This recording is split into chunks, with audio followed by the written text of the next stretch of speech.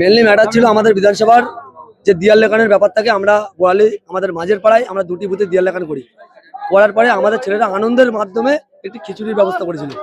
সেখানে মোতাসের আহসান সামনে থেকে নেতৃত্ব দিয়ে আমাদের একাধিক ছেলের প্রতি আঘাত নামেছে এবং ওখানে দুটো মহিলাকেও অ্যাটাক করেছে এবং যা আমরা খাবার সহযোগিতা জোগাড় করেছিলাম সেগুলোকে অ্যাটাক করেছে। আমরা এতটুকু বলতে চাই বারংবারই যে আমরা বারংবারই প্রশাসনের উদ্দেশ্যে আমরা বলি যে এই মোতাসের এই আহসান নামক যে ব্যক্তি পুরো ভাঙর 1 নম্বর বোলারটাকে অশান্তির বাতাবরণ সৃষ্টি করে, ওকে এখানে অ্যারেস্ট করা হয় না। সে জায়গায় প্রশাসন পুরো নীরব ভূমিকা পালন করে। আমরা মনে করি যে প্রশাসনের একটা অংশ পুরো শাসক দলের সঙ্গে মিলে আছে। সেই জায়গায় দাঁড়িয়ে থেকে আমরা ডাইরেক্টলি বলতে চাই, এতদিন চুপ ছিলাম বলে প্রশাসন যদি মনে করে যে আমরা দুর্বল তাহলে ভুল ভাবছে। আগামী দিন গণতান্ত্রিক প্রক্রিয়ায় আগামীকাল আজকে রবিবার সোমবারে না যদি এর প্রশাসন না যদি কোনো রকম সঠিক বিচার করতে পারে এর প্রতি উত্তর পাল্টা আমরা দেবো, কথা দিচ্ছি এর পাল্টা উত্তর আমরা দেবো গণতান্ত্রিক প্রক্রিয়ায়। প্রশাসন যদি মনে করে চুপচাপ আছি বলে দুর্বল, আমাদের 5 জনা আহত, এখন 2 জনা আসতে পারে না ভয় থেকে তাদের, কারণ সকলের তো পারিবারিক ব্যাপারে সাহস থাকে না। সেই জায়গায় 2 জনকে আসতে দেয়নি, বাড়িতে আছে, বাড়িতে ট্রিটমেন্ট চলছে।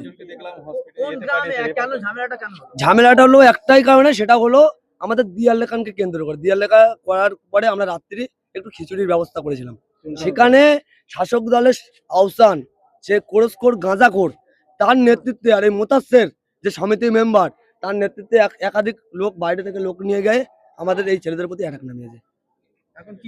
এখন চাইছে সঠিক ন্যায্য বিচার, না যদি পাই আজকে রবিবার সোমবারে এর পাল্টা প্রত্যুত্তর দেবো, আমরা কথা দিচ্ছি। বোয়ালি মাঝের পাড়া দেখতে হবে সেই কেন্দ্র করে চুন টেনেছে, সকাল থেকে চুন টেনে তারা একটু বুথের মধ্যে খিচুড়ি করে নিজেরা একটু আনন্দ উপভোগ করছিল। সেই জায়গায় আহসানের পুরো ফুল টিম এসে মিছিল করতে এসে আমাদের ছেলেদের উপরে ঝাঁপিয়ে পড়ে এবং রড দিয়ে, মেশিন নিয়ে, নানা মেশিনের বাঁট দিয়ে, রড দিয়ে, হাতুড়ি দিয়ে, নানান রকম যন্ত্র দিয়ে আমাদের ছেলেদেরকে মেরে গুরুতর আহত। হয়তো একজন বাঁচবে না, কান দিয়ে রক্ত বার হচ্ছে, মাথায় মেরেছে, হয়তো সে বাঁচবে না। একজনের পা ভেঙে গেছে, আমরা হসপিটালে রেফার করেছে, আমরা রেফার করে হসপিটাল থেকে ঘুরে এসে এর প্রত্যুত্তর কালকে আমরা দেবো। মারলো কেন? দেয়াল লেখন কেন্দ্র করে আজকে চুন টেনেছে। আমাদের প্রার্থী ঘোষণা হলে দেয়াল লেখা হবে। আজকে চুন টেনেছে এবং চুন টানা হয়েছে, বাড়িওয়ালারা পারমিশন দিয়েছে বলে তারা চুন টেনেছে, তার কাগজপত্র আমাদের কাছে আছে।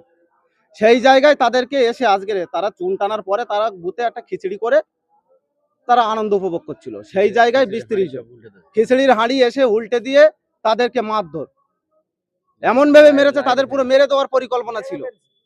আহসানের অল টিম হাসপাতালে চিত্তরঞ্জনে রেফার করেছে। চিত্তরঞ্জন ইয়াসিন আপনজি।